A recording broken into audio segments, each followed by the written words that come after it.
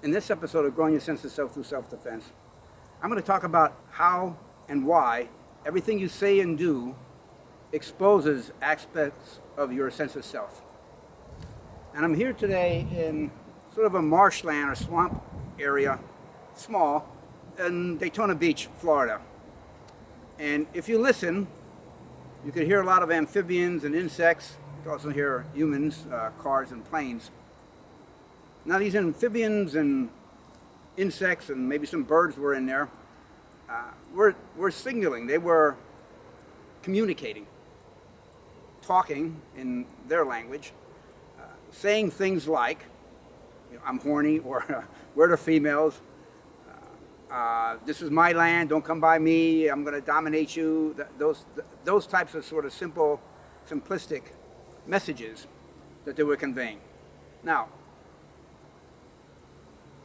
they may not have a sense of self. They're not in the human understanding of what we would call, where you have a rational aspect to what you're doing and this emotional thing, but they're messaging things about their inner state, whether it's hunger or horniness or whatever it might be, or their manliness or frogginess to dominate.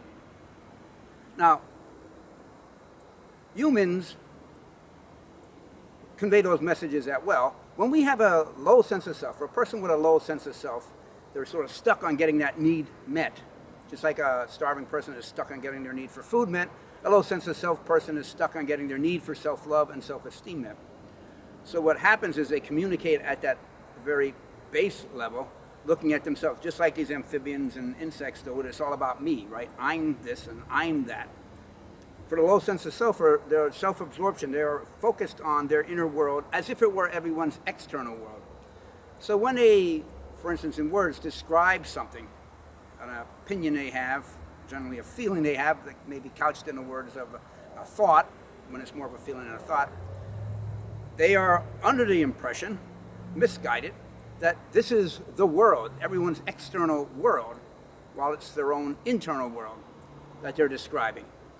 So when they do that, people who are connected with an external world can see what they're describing is not the external reality that I know. What they're describing is their internal reality. So what happens then, you can get insights into that person's inner world, into that person's inner life by what they say. And it's a similar thing for what they do. If they're inconsistent with their words and deeds, that is demonstrated, that is shown, right? They say, well, I'm always telling the truth and this and that, and you see them all the time. Hey, they're being hypocritical. Well, they weren't really using words to convey truth and reality and rationality and history. They were using words to make emotional connections, an indication of a low sense of self. Strong sense of self person are going to be consistent in word and deed, and that conveys. So they're exposing who they are for someone who can look at them and in some objective fashion see, oh, okay, they are consistent in words and deeds and they follow through. That's indicative of a strong sense of self. They convey a sense of they can be trusted, or they're honest, they're dependent on. Compared to a person who says, hey, trust me on this, or you got to trust me, please trust me. If you have to ask for it, if you have to demand trust, it's because you're living a life, either the person doesn't know you, or in which case the trust is not appropriate. They have to have some level of some rational reasons for knowing that they can trust you. They have experience with you. Or you're telling them those things because they're in your world, you to be trusted. In other people's worlds, no, there has to be groundwork laid. And if you laid the groundwork, you don't have to demand it or ask for it. It's already there. I give you my trust. If you've shown me, demonstrated to me in our past that you're not trustworthy, and then you ask for it or demand it, no, you're not going to get it just because you ask for it or demand it. No, that doesn't happen that way. If I don't know you at all and you're asking for it, that's a tip-off. It's saying, well, the fact that you're having to ask me for it or demand it, trust of you, there's something that you're trying to conceal, trying to hide. It's the low sense of selfers that are into concealing, secrecy, manipulating other people, trying to get them to look someplace because you don't want them to see what's really there. So our words, our deeds, they reveal the strength of our sense of self. There is no way to hide it. It's always exposed to those who are capable of sensing it. And that means that people who have a sense of external reality, they can distinguish external from internal reality. They can distinguish what your inner life is. That's different from external reality, which means they can distinguish who you are, no matter how you might try to hide it, no matter how you might try to cover it.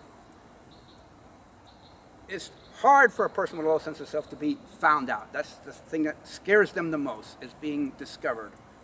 Because then other people won't like me, won't esteem me, just like I don't like and esteem me because I know the deep, dark secrets. I don't want other people to know that. The way out is to go through that, not to try to hide from it, because that's going to fail. That's doomed to fail, and it's life-limiting.